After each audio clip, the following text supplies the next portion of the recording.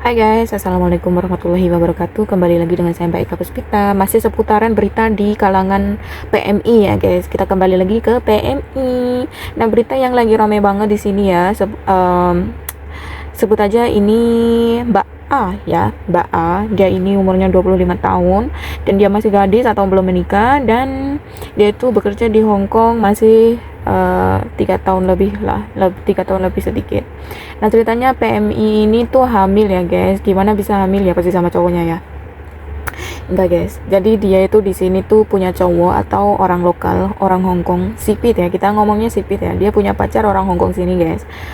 Habis itu terjadilah hubungan terlarang itu, dan habis itu dia katanya kebobolan. Sebenarnya bukan kebobolan ya, kalau kebobolan kan harusnya gimana ya, ya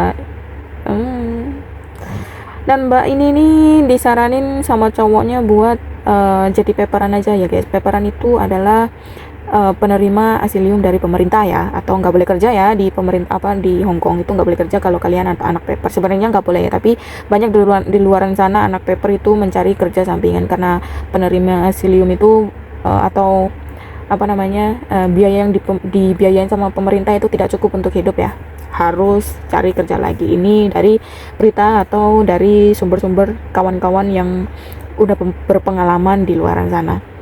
Nah guys, dan abis itu dia mengatakan katanya pacarnya itu menyuruh buat jadi paper kan. Terus dia juga berencana pengen pulang, tapi gongnya lagi di sini, dia nggak berani pulang. Pengen pulang tapi nggak berani pulang karena katanya takut digebukin sama kakak sama bapaknya guys, karena tahu dia hamil gitu.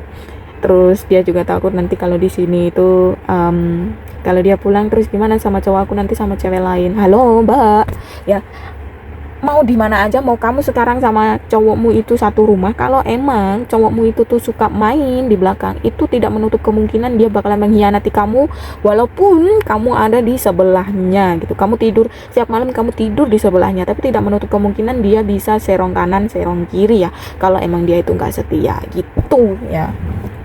Dan menurut keterangan juga dia itu, si cowoknya ya, dia itu nggak tahu gimana statusnya ya, katanya suami orang tapi sudah bercerai, maksudnya udah pisah ranjang dan nggak tinggal lagi sama istrinya, terus punya anak 2 juga. Kayaknya sih duda bodong ya, kalau di Indonesia kita bilangnya duda bodong dah ya kan.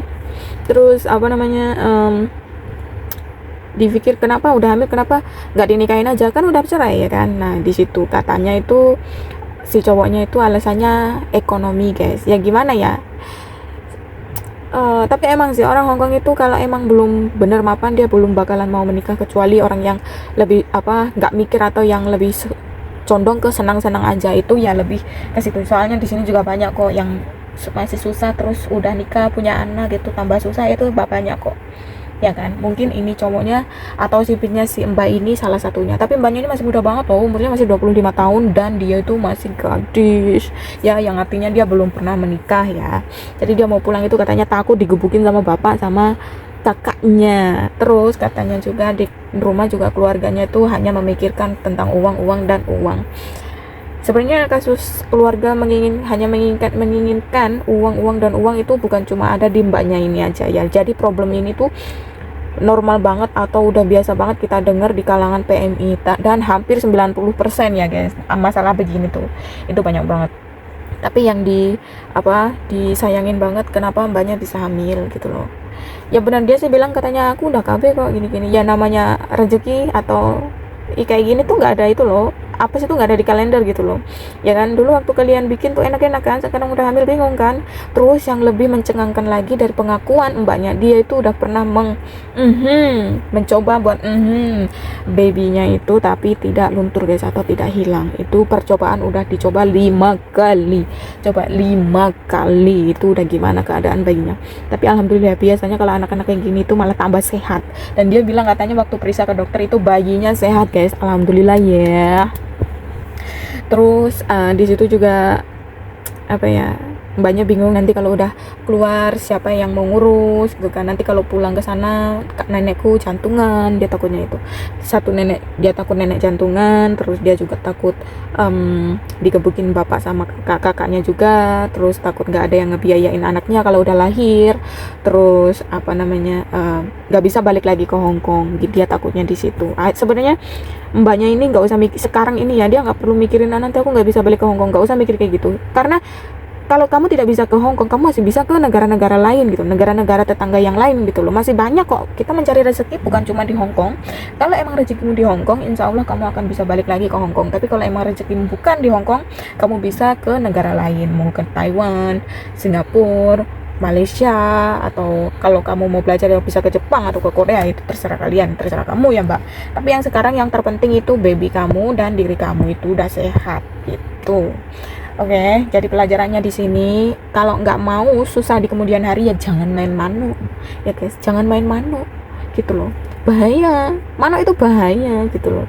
Jadi nggak usah sekali-sekali deh di sini, apalagi di kayaknya nggak cuma di Hong Kong aja sih, di Taiwan juga iya kan, di negara lainnya juga iya kan, bebas kan. Jadi bojomu bojoku, bojoku ya bojomu, kayak gitu loh. Tapi alangkah baiknya kita menjaga diri ya, karena kita pergi itu membawa harapan yang besar buat keluarga, dan tentunya pasti sih keluarga kalau tahu pasti kecewa berat sih, karena pergi ke sini penuh dengan harapan, pulang itu membawa bayi yang tidak tahu, yang maksudnya tidak ada status apapun gitu kan. Itu kan memalukan diri sendiri dan keluarga sebenarnya. Tapi kembali lagi buat mbaknya, semoga jangan stres ya mbak, jangan stres demi si buah hati ya. Kalau ada vitaminnya diminum, kalau ada makanan makan yang banyak, jangan ditunda-tunda. Kalau ada pemeriksaan datang aja gitu loh. Dan kasus ini sih dia aku nggak tahu gimana kelanjutannya sih ya, kayaknya sih Miss Yuni mau bantu dia, tapi dia banyak pertimbangan atau nggak tahu ya. Kita lihat aja perkembangannya gimana, mbaknya mau pulang ke Indonesia dan atau dia mau ke Hong Kong, mau tetap lahiran di Hong Kong, karena dia mengatakan ingin lahiran di Hong Kong gitu guys.